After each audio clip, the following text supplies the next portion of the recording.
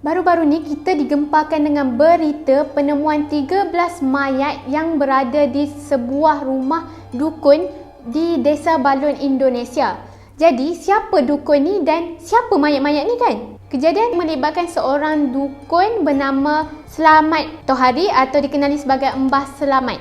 Mbah ni dikatakan dia seorang dukun pengganda wang, yang mana macam contoh dia ni bomoh dan dia ada kuasa untuk gandakan duit customer-customer dia. Contoh kalau kita bagi dukun saya nak bagi duit 4,000. Okey, dia janjikan kita akan dapat berganda-ganda duit 80,000, 100,000 macam tu. Jadi sebenarnya dukun ni telah membunuh 13 mangsa yang merupakan pelanggan dia lah, pelanggan khidmat dukun ni. Mbah Selamat ni sebenarnya dia ni dah bekerja lebih kurang 5 tahun yang lalu sebagai dukun. Tapi cara kerja dia macam ni, dia akan pilih customer dia yang duduk jauh-jauh. Dia tak nak pilih orang yang duduk dekat-dekat dengan dia. Sebab apa? Sebab dia tak nak kegiatan dia kantoi. Jadi orang kampung dia tak tahu pun dia kerja sebagai dukun. Bukan orang kampung je, isteri dia pun tak tahu dia seorang dukun. Jadi hanya dia, dan dia ada hire seorang pembantu untuk menguruskan khidmat dukun ni. Isteri Mbah Selamat ni ada bagi tahulah yang perwatakan dukun ni dia sangatlah garang, pemarah. So dia tak ambil campur pun hal Mbah Selamat ni buat apa. Dia tak tahu pun. Bermulalah pada tahun 2020, pembantu Mbah Selamat ni dia adalah buat posting dekat social media dia lah, yang mana dia orang ada buat khidmat ganda duit macam tu dekat social media. Jadi dia dapat customer melalui posting tu lah. Ramailah orang customer datang untuk gandakan duit dengan Mbah Selamat ni. Tapi customer dia ni bukan dari tempat dia, orang-orang jauh, contoh dari Jawa Barat macam tu, jauh lah kan.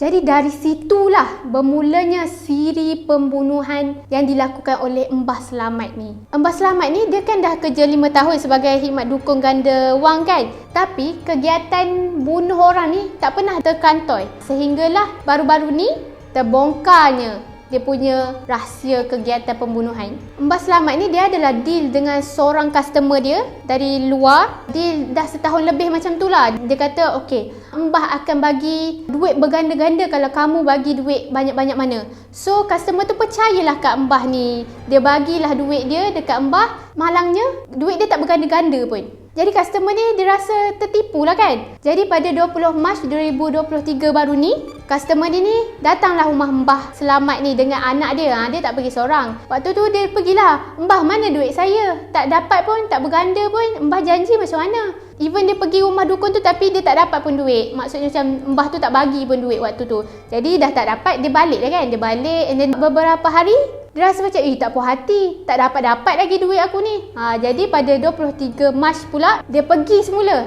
Customer ni pergi semula ke rumah Mbah ni. Tapi malangnya dia pergi seorang diri. Dia pergi dan dia kata macam biasalah dia nak minta, Mbah saya nak tuntut janji saya. Janji saya. Mbah saya nak tuntut janji Mbah, mana duit nak gandanya, saya tak dapat duit apa pun. Mbah pun macam, oh tak apa, jom ikut saya masuk hutan. Saya akan buat ritual untuk dapat gandakan duit awak.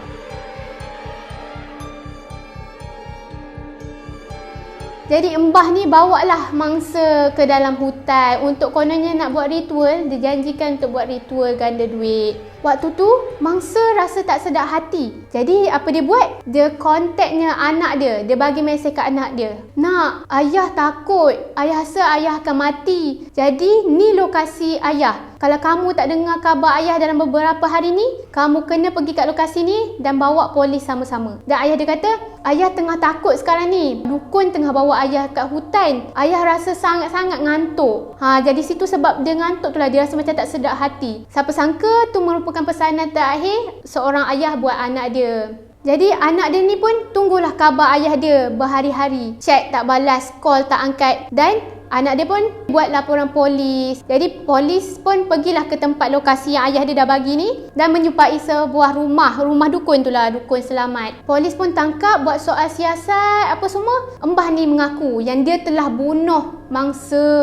Jadi tak sempatlah nak selamatkan. Dan Mbah ni katalah, sebenarnya saya ada bunuh lagi orang sebelum ni. Dan dia bawalah polis ni ke lokasi tempat mana dia tanam mayat ni. Cara Mbah Selamat ni bunuh mangsa-mangsa dia adalah dengan dia tak puasa. Okay. Cara Mbah Selamat ni bunuh mangsa-mangsa dia adalah dengan bagi dia orang minum air racun ikan. Sebab itulah ayah dia tu rasa pening waktu tu kan.